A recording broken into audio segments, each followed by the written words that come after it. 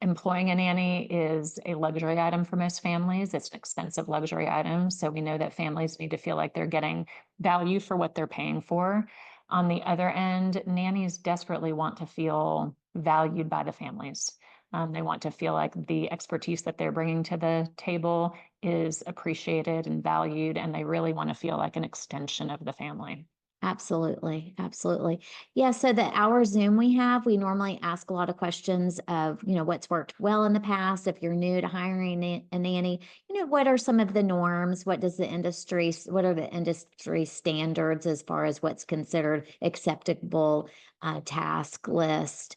A lot of it depends on your personal values. Every family, like we said, is different, and so communicating that from the beginning. There's so many different stories. When I first started working with Christy, she was sharing with me a work agreement and an addendum. And it was this long, 10, 20-page document about so many details that the family's expectations were from morning before the kids woke up until the last days and putting the toys away. I read it. I have 4 children myself. People think I'm a bit super mom, but I'm thinking, oh my goodness, this looks like such a hard job. I think I would get fired.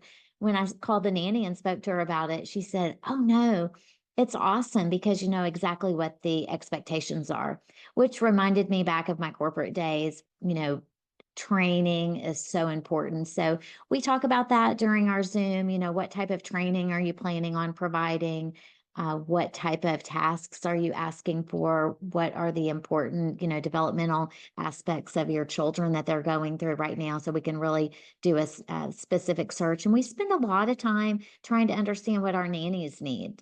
Do they have the desire to work a lot of hours and work on the weekends? Do they need to be off by 6 p.m.?